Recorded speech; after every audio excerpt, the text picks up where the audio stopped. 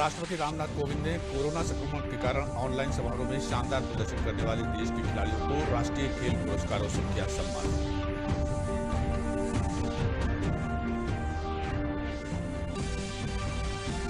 प्रधानमंत्री नरेंद्र मोदी ने झांसी में वीडियो कॉन्फ्रेंसिंग के माध्यम से रानी लक्ष्मीबाई केंद्रीय कृषि विश्वविद्यालय के भवन का किया उद्घाटन।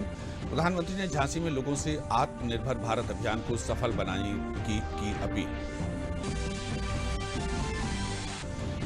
प्रदेश में पिछले 24 घंटों में कोरोना संक्रमण के 5,684 नए मामले आए सामने। अब तक 3,356 लोगों की संक्रमण से हो चुकी है मौत। वहीं कोविड-19 की रिकवरी दर हुई 74.15%। और प्रदेश के मंत्री अनिल राजभर ने लखनऊ में प्रेस वार्ता में कहा, सभी अधिकारियों को बांधों की स्थिति पर लगातार निगरानी और फसलों को हुई क्षति का सर्वे करवाकर कृषि निवेश अनुदान प्रदान किए जाने के मुख्यमंत्री ने दिए हैं निर्देश। नमस्कार, मैं हूं संतोष वाल्मीकि और अब समाचार विस्तार से।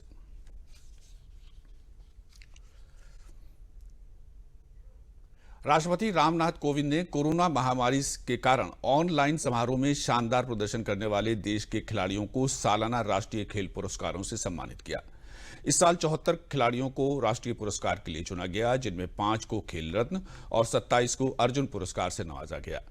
इनमें से 7 खिलाड़ी भारतीय खेल प्राधिकरण के 11 केंद्रों से वर्चुअल समारोह में शामिल हुए। राष्ट्रीय खेल दिवस के अवसर पर राष्ट्रपति द्वारा वर्चुअल माध्यम से पहली बार खेल पुरस्कार प्रदान किए गए। साल 2020 के लिए 74 लोगों को इन पुरस्कारों से सम्मानित किया गया।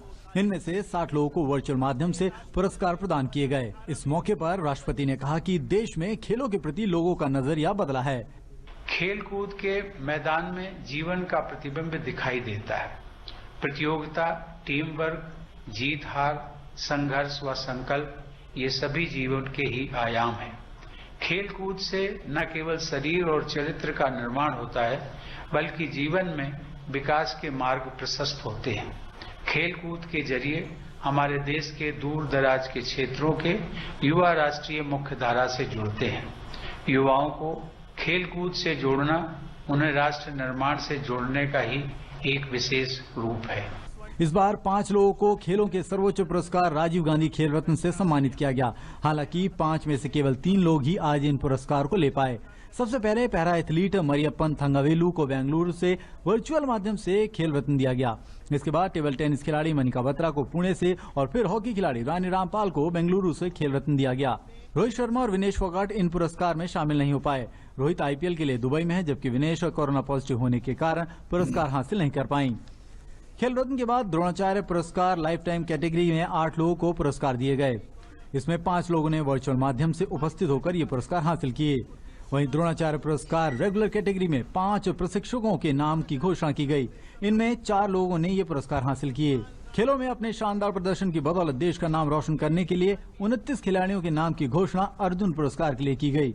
पुरस्कार हासिल करने वालों में महिला क्रिकेटर दीप्ति शर्मा, तीरंदाज अतानु दास, महिला एथलीट दूती चंद, चिराग शेट्टी, निशानेबाज मनु भाकर और सौरभ चौधरी, महिला पहलवान दिव्या काकरान और शिवा केशवन के नाम प्रमुख हैं। खेल के क्षेत्र में जीवन पर्यंत उपलब्धि के लिए दिए जाने वाले ध्यानचंद पुरस्कार के लिए इस साल 15 लोगों को चुना गया। इनमें से 12 लोगों ने आज वर्चुअल सेरेमनी में पुरस्कार ग्रहण किए।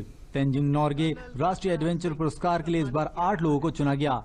इनमें से 6 लोगों ने वर्चुअल पुरस्कार ग्रहण किया। मौलाना अब्दुल कलाम आजाद ट्रॉफी इस बार चंडीगढ़ की पंजाब यूनिवर्सिटी को दी गई। इससे पहले खेल मंत्री ने खेल पुरस्कार के 7 में से 4 वर्गों की इनामी राशि में बढ़ोतरी करने की आधिकारिक घोषणा की। खेल रत्न की पुरस्कार राशि को 25 लाख रुपए तक बढ़ा दिया गया, जबकि अर्जुन पुरस्कार की पुरस्कार राशि को 5 लाख रुपए से बढ़ाकर 15 लाख रुपए कर दिया गया। द्रोणाचार्य आजीवन पुरस्कार की राशि 5 लाख से 15 लाख कर दी गई। वहीं नियमित द्रोणाचार्य पुरस्कार विजेताओं को अब 10 लाख रुपए दिए जाएंगे। ध्यानचंद पुरस्कार की राशि 5 लाख से बढ़ाकर 10 लाख रुपए कर दी गई है। यह बढ़ोतरी इस साल से प्रभावी होगी।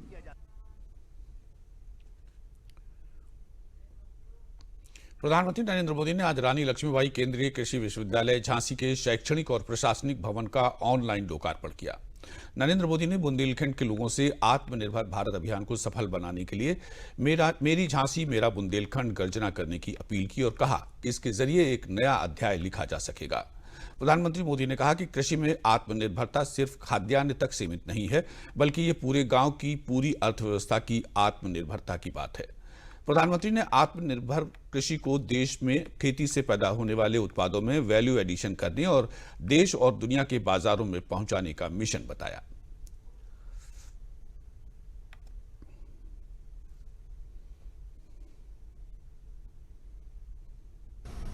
कृषि से जुड़ी शिक्षा को, उसकी प्रैक्टिकल एप्लीकेशन को स्कूल स्तर पर ले जाना भी आवश्यक है।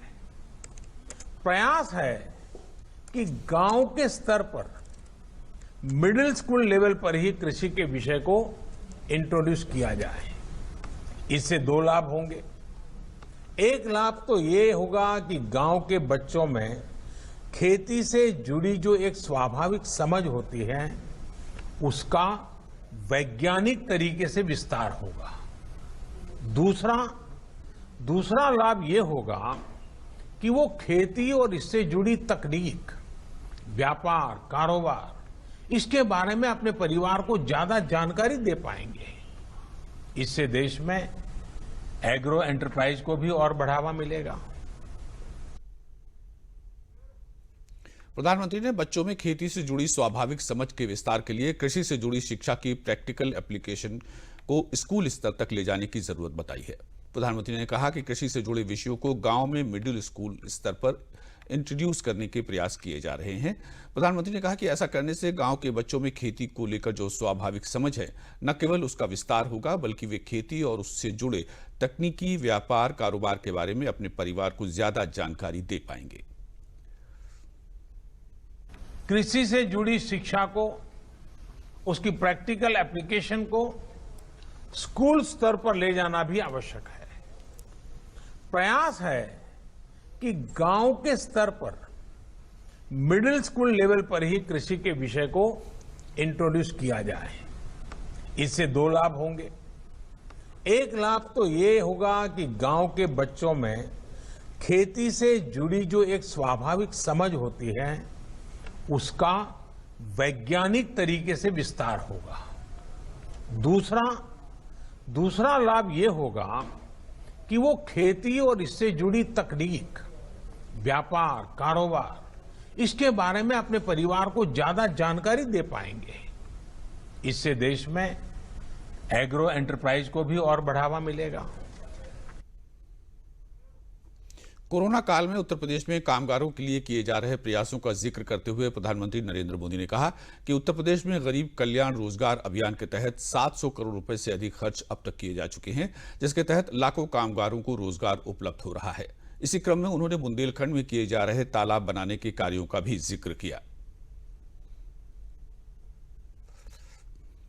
गरीब कल्याण रोजगार अभियान के तहत अकेले उत्तर प्रदेश में 700 करोड़ रुपए से अधिक का खर्च अब तक किया जा चुका है, जिसके तहत लाखों कामगार साथियों को रोजगार उपलब्ध हो रहा है।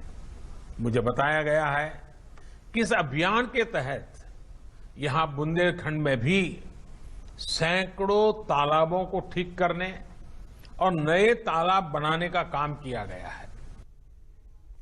मुख्यमंत्री योगी आदित्यनाथ ने बताया कि कृषि को उन्नत तकनीक उपलब्ध करवाने में कृषि विज्ञान केंद्रों की बड़ी भूमिका है। इस विश्वविद्यालय के माध्यम से किसानों को आत्मनिर्भर बनाने में मदद मिलेगी।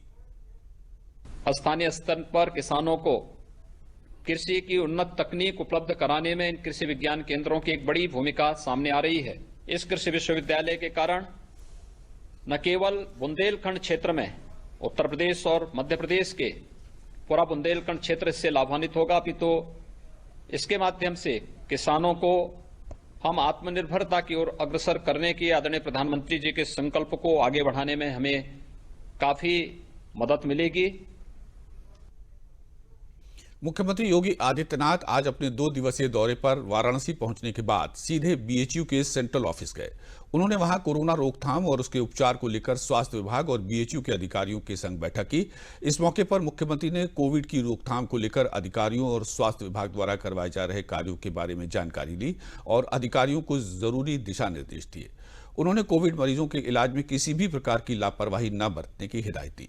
उन्होंने कोविड मरीजों के इलाज को लेकर किसी संसाधन की कमी होती है तो उसको जिला प्रशासन के साथ समन्वय स्थापित करके दूर करने के भी निर्देश दिए।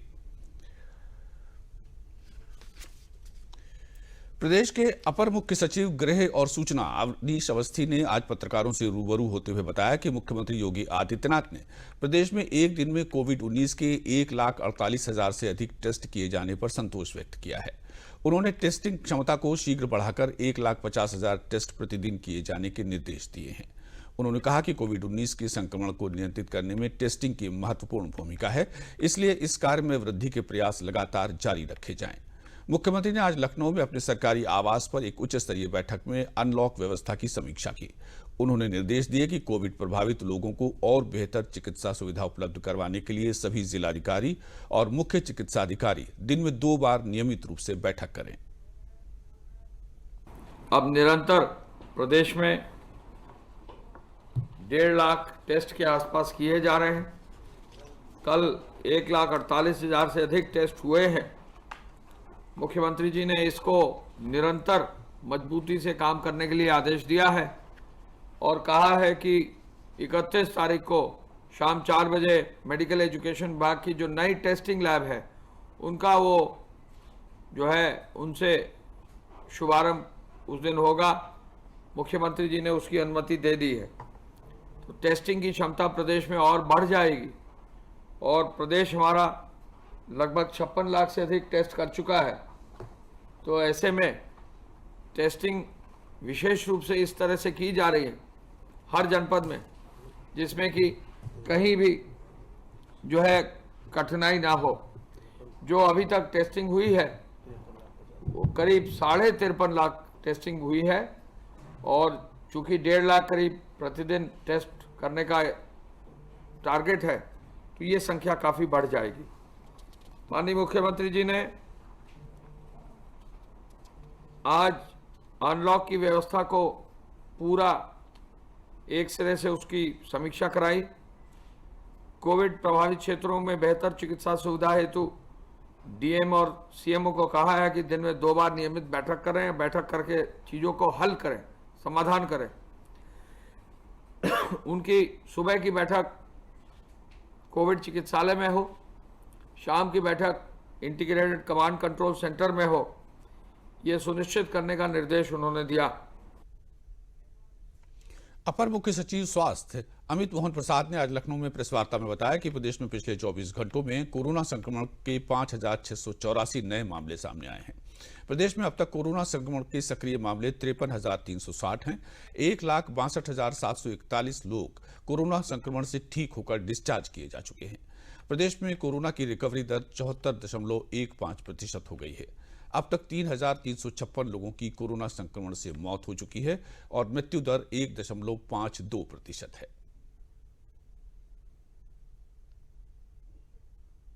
विगत 24 घंटों में संक्रमण के 5,684 नए प्रकरण सामने आए हैं।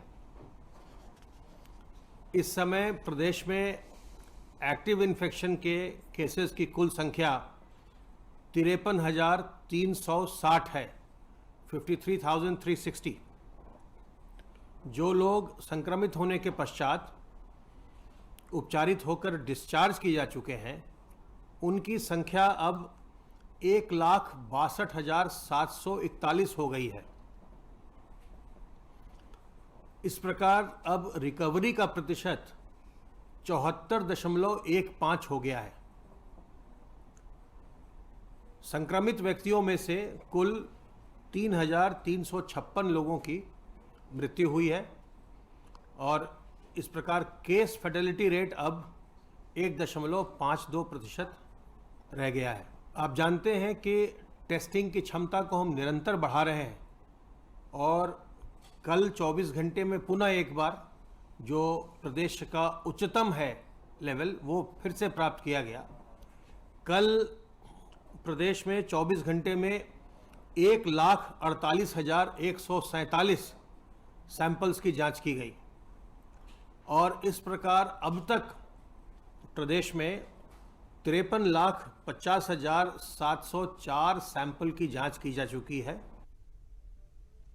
कोविड पर मंत्री समूह की 20वीं बैठक केंद्रीय स्वास्थ्य मंत्रालय में हुई। इस बैठक में केंद्रीय स्वास्थ्य मंत्री के अलावा विदेश मंत्री एस जयशंकर, केंद्रीय शहरी आवास विकास मंत्री हरदीप पुरी, केंद्रीय गृह राज्य मंत्री नित्यानंद राय, केंद्रीय रसायन और उर्वरक राज्य मंत्री मनसुख भाई मंडवी भी मौजूद रहे।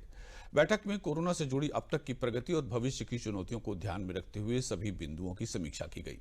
केंद्रीय स्वास्थ्य मंत्री डॉक्टर हर्षवर्धन ने कहा कि देश कोविड-19 का मजबूती से सामना कर रहा है।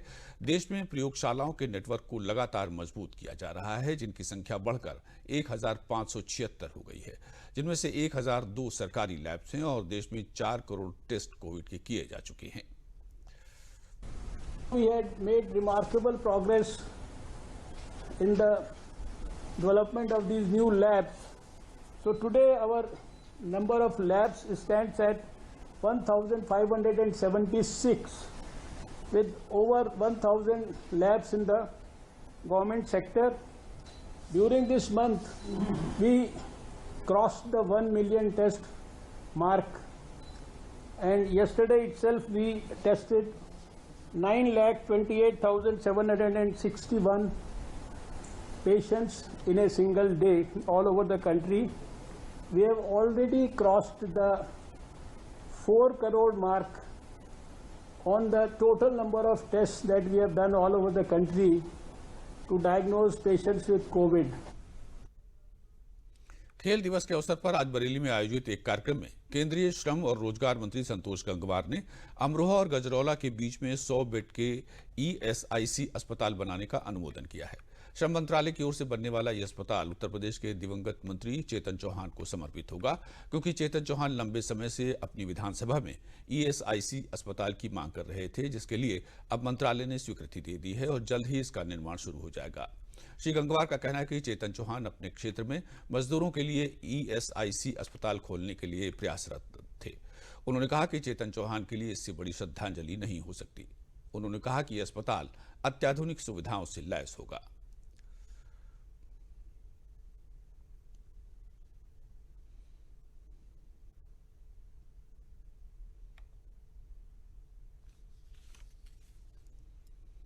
गजरौला में एक 30 बेडेड हॉस्पिटल की स्वीकृति प्रदान की थी और इसको हम 100 बेड तक ले जाएंगे, ऐसा हमने उनको आश्वासन दिया था।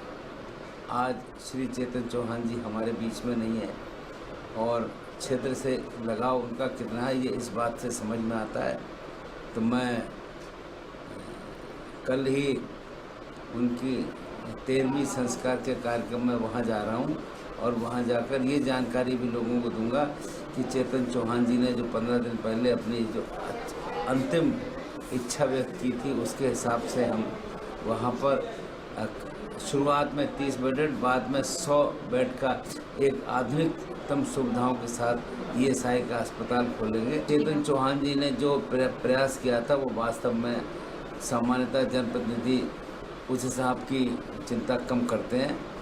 ये लगातार जब भी हमको मिले उन्होंने अपने क्षेत्र के अस्पताल की बात की और ये अब उसका परिणाम है कि हम वहाँ पर एक अच्छा अस्पताल खोलने का काम करेंगे। प्रदेश के पिछड़ा वर्ग कल्याण एवं दिव्यांग जन सशक्तिकरण मंत्री अनिल राजभर ने लोक भवन में प्रेस प्रतिनिधियों को संबोधित करते हुए बताया कि मुख्यमंत्री योगी आदित्यनाथ ने अधिकारियों को निर्देश दिए हैं कि तटबंध की निरंतर पेट्रोलिंग कराया जाना सुनिश्चित करें, ताकि बांधों में कटान की स्थिति पर सतत निगरानी रखी जा सके। उन्होंने बताया कि मुख्यमंत्री ने सभी जिलाधिकारियों को निर्देश दिए हैं कि बाढ़ से कृषि फसलों को हुई क्षति का सर्वे तत्काल करवा लिया जाए और जिन किसानों की फसलें बाढ़ के कारण नष्ट हुई हैं उनको शीघ्र कृषि निवेश अनुदान प्रदान किया जाए। बाढ़ की समस्या थी उसमें काफ़ी सुधार हुआ है, कमी आई है। कल तक उत्तर प्रदेश के 18 जनपद बाढ़ प्रभावित थे, आज उसमें से 2 की कमी हुई है। अब उत्तर प्रदेश के 16 जनपद बाढ़ प्रभावित रह गए हैं। उसमें भी नदियों का पानी काफ़ी तेज़ी से नीचे उतर रहा है। हालांकि जब पानी नीचे उतरता है तो कटान की समस्या को पैदा करता है, लेकिन प्रशासन पूरी तरीके से सजग है। उसके लिए अतिरिक्त प्रबंध किए गए हैं, अतिरिक्त सजगता भी बरती जा रही है और श्रद्धेय मुख्यमंत्री जी ने एक बार फिर पानी को उतरते हुए पानी के समय उन्होंने तटबंधों की निगरानी करने पर फिर से जोर दिया है और संबंधित आदेश जनपदों को निर्गत किए गए हैं, उनको आदेशित किया गया है। साथ ही अब जो हमारे किसानों की फसल बर्बाद हुई है उसका आकलन तेजी से किया जाए।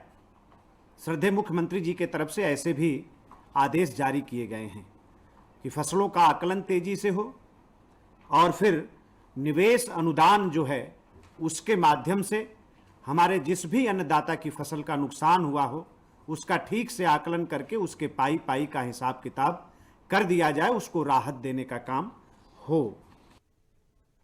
प्रदेश में आज साप्ताहिक लॉकडाउन जारी है। राजधानी लखनऊ में सभी चौराहों पर पुलिस ने बैरिकेडिंग कर रखी है। आवश्यक सेवाओं को छोड़कर बाकी अन्य लोगों को निकलने पर पाबंदी लगाई गई हुई है। हाईकोर्ट के निर्देशों के बाद इस बार लखनऊ में ज्यादा चौकसी बरती जा रही है। जगह जगह चौराहों पर पुलिस चेकिंग लगाए हुए है और बिना वजह निकलने वालों की गाड़ी का चालान काट रही है। इस दौरान राजधानी लखनऊ में पूरी तरीके से दुकानें बंद हैं। सिर्फ आवश्यक सेवा से जुड़े लोग ही सड़कों पर नजर आ रहे हैं। मुख्यमंत्री योगी आदित्यनाथ ने जम्मू कश्मीर के पुलवामा में आतंकवादियों से मुठभेड़ में शहीद हुए जनपद मुजफ्फरनगर निवासी सेना के जवान प्रशांत शर्मा के शौर्य और वीरता को नमन करते हुए उन्हें अपनी भावभीनी श्रद्धांजलि दी है। मुख्यमंत्री ने शहीद के परिजनों को 50 लाख रुपए की आर्थिक सहायता प्रदान करने की घोषणा की है। उन्होंने परिवार के एक सदस्य को सरकारी नौकरी देने और जिले की सड़क का नामकरण शहीद के नाम पर करने की भी घोषणा की है। मुख्यमंत्री ने कहा है कि राष्ट्र की रक्षा के लिए अपने प्राण न्यौछावर करने वाले शहीद के सर्वोच्च बलिदान को सदैव याद रखा जाएगा। उन्होंने शहीद प्रशांत शर्मा के परिजनों के प्रति अपनी संवेदना व्यक्त करते हुए कहा कि शोक की इस घड़ी में राज्य सरकार उनके साथ है। उन्होंने कहा कि शहीद के परिवार को हर संभव मदद प्रदान की जाएगी। पौराणिक महत्व की मोक्षदायिनी तमसा नदी जो वर्षों से विलुप्त प्राय सी हो चुकी थी, मगर अयोध्या में जिला प्रशासन ने 1.5 वर्ष के कार्य में ही इस नदी का स्वरूप बदल दिया है। रामचरितमानस में इस नदी का नाम मर्यादा पुरुषोत्तम श्री राम के वनगमन प्रसंग में वर्णित है। तमसा नदी अयोध्या जनपद के कुल 10 विकास खंडों की 77 ग्राम पंचायतों को अभिसिंचित करते हुए प्रवाहित होती है, जिसके जीर्णोद्धार कार्य पर योजना के तहत कुल 10.22 करोड़ रुपए श्रम पर व्यय हुआ है, जिसमें मनरेगा योजना के जरिए 5.61 लाख मानव दिवस सृजित हो चुके हैं। वर्तमान में खुदाई कार्य पूरा कर लिया गया है।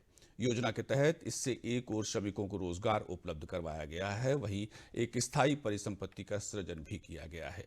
इस पौराणिक नदी के किनारे वन विभाग के द्वारा लगभग 10 सार्वजनिक स्थलों पर 70,000 पौधों का रोपण करवाया गया है।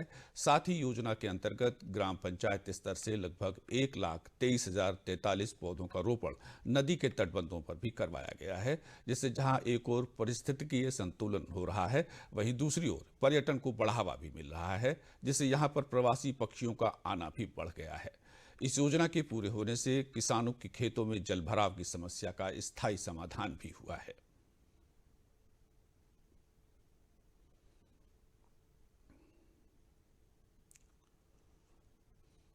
पूरे 77 गांव के 151 किलोमीटर में इसका पूरा डीपीआर बना करके मनरेगा के तहत सैंक्शन किया गया और इस पर एक साथ काम लगाया गया। पिछले साल फरवरी में इसको शुरू किया गया था, फरवरी 2019 में। तब से लेकर के जो काम बच गया था पिछले बरसात के बाद, उसको इस बरसात के बाद उसको पूरा किया गया और पूरे 151 किलोमीटर की लेंथ में 5,61,000 इसमें मानव दिवस जो है सृजित हुआ। लगभग 10.5 करोड़ रुपये इसमें व्यय हुआ और ये पूरी नदी का जो कार्य है वो संपन्न हुआ। और आज की दशा में अगर आप देखेंगे तो नदी पूरी तरीके से जल प्लावित है। वो जो पशु पक्षी हैं वहाँ आसपास, उनकी काफ़ी क्रियाएँ वहाँ पे हो रही हैं और लोगों की जो भावनाएं हैं इस नदी को लेकर के वो बहुत ज़्यादा हैं, लोग बहुत मानते हैं। तो सबको ये एक ऐसा काम है जिससे सबको संतुष्टि मिली है, एक अच्छा काम इसमें संपन्न हुआ। तो जानवर पानी नहीं पाते थे, वो पानी पाने लगे और हमारे जो किसान भाई हैं उनको पानी उपलब्ध मिलने लगा। और बड़ी अच्छी बात है कि जो एक सफाइया करा दिया गया नदी का और हमारे यहाँ कोई अब दिक्कत नहीं है। 12 महीना पानी रहने लगा और हमेशा पानी को उपलब्ध हो गया। जो लोगों को, कुछ किसान को पानी की आवश्यकता थी वो पानी मिलने लगा और जानवर 12 महीना पानी पाने लगे। वर्तमान में तमसा नदी का जो अस्तित्व था वो सिर्फ बरसाती पानी के बहाव तक ही सीमित रह गया था। गर्मियों में सूखी पड़ी रहती थी, पशु पक्षी और आसपास के किसानों को सिंचाई तक के लिए पानी नहीं मिल पाता था। वर्तमान में जो जिलाधिकारी महोदय द्वारा जो प्रयास किए गए हैं उससे क्या होगा कि अगल बगल के किसानों को खेती किसानी के लिए पानी मिलेगा, मवेशियों को पीने के लिए पानी मिलेगा, सिंचाई के साधन उपलब्ध होंगे। मुहर्रम पर कोविड-19 का असर देखने को मिला है। लखनऊ में उठने वाले जुलूस इस महामारी के चलते स्थगित कर दिए गए हैं और लॉकडाउन का पालन किया जा रहा है। आज 9वीं मुहर्रम है, कल 10वीं मुहर्रम मनाई जाएगी। हजरत इमाम हुसैन और उनके साथियों की शहादत पर आयोजित होने वाली मजलिसों में भी 5 लोगों की सरकार की गाइडलाइन का पालन करते हुए हिस्सा लिया जा रहा है। वहीं पुलिस ने लॉकडाउन के मद्देनजर कड़ी सुरक्षा व्यवस्था बना रखी है। डीसीपी पश्चिम सर्वेश त्रिपाठी ने कहा कि लोग खुद कड़ाई से लॉकडाउन का पालन कर रहे हैं और त्योहार को घरों में ही मना रहे हैं। उन्होंने कहा कि जनता का सहयोग पूरी तरह से मिल रहा है और सरकार द्वारा मिली छूट पर भी अमल किया जा रहा है।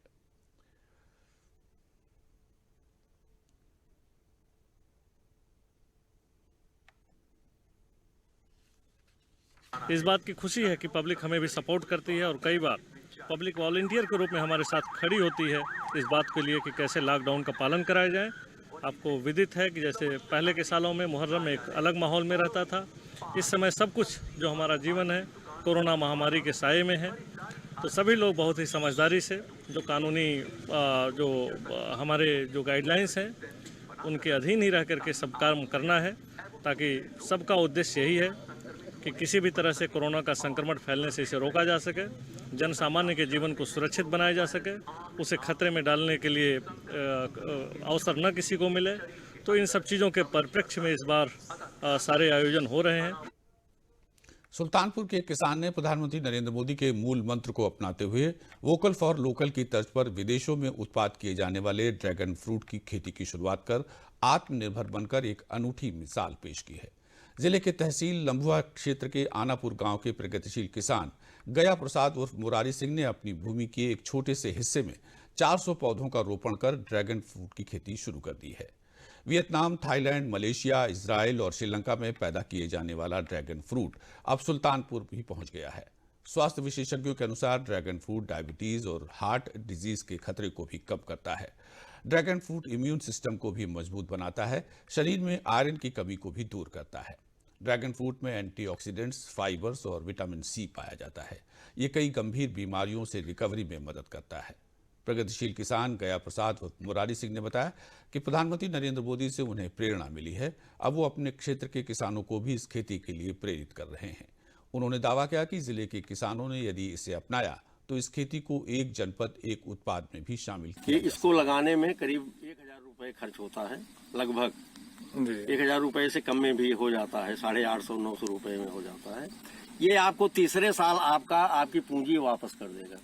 इसके बाद चौथे साल से आपको जो पैसा मिलेगा वो आपके शुद्ध रूप से जो है आपके खाते में जाएगा, किसान के खाते में जाएगा। पीएम सर ने अभी मन की बात में 26 जुलाई को मन की बात में उन्होंने इसका जिक्र किया तो हमको बड़ा संतोष हुआ। हालांकि खेती हम इसकी पहले से ही कर रहे हैं और जब उन्होंने कहा तो ये लोकल फॉर वोकल के लिए हमें लगा कि इससे अच्छा उदाहरण और क्या हो सकता है। आत्मनिर्भर भारत की तरफ जो है एक कदम हम आगे बढ़ने की कोशिश कर रहे हैं। और मुख्यमंत्री जी की सोच है कि 2022 से किसानों का आय दोगुनी चौगुनी किया जाए और आत्मनिर्भर करें। इसके संबंध में हम लोग कृषि विभाग लगातार प्रयास कर रहा है। 2018 में लंबुआ पे गया प्रसाद सिंह को हम लोगों ने इलाहाबाद से कौशाम्बी से इनको डीएचओ के माध्यम से पौधा उपलब्ध कराया गया और 2 साल का हो गया, उससे फ्रूटिंग हो रही है। इस तरह किसान इसमें कार्यशाला भी मैंने केबीके में कराया था। तो इससे किसानों को प्रचार किया जाता है कि किसान अपनी आत्मनिर्भर होने के लिए, अपने आय दोगुनी करने के लिए, देखिए केवल धान गेहूँ दलहनी से नहीं हो, इसका आपको सोचना पड़ेगा। किसान को अपने कृषि विकास प्रणाली के अंतर्गत खेती करनी पड़ेगी। ड्रैगन फ्रूट का भविष्य बहुत उज्जवल है और इसकी बाजार में दिनों दिन मांग बढ़ती जाएगी और इसका अच्छा लाभ मिलेगा। जहाँ तक आंकड़ों की बात है, 1 एकड़ में लगभग 5 लाख रुपए तक की इनकम बहुत ही आसानी से किसान कर सकता है।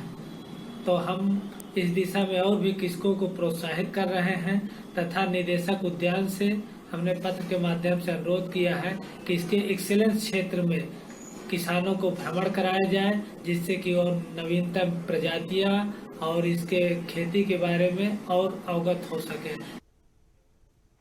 इसी के साथ समाचार समाप्त हुए। नमस्कार।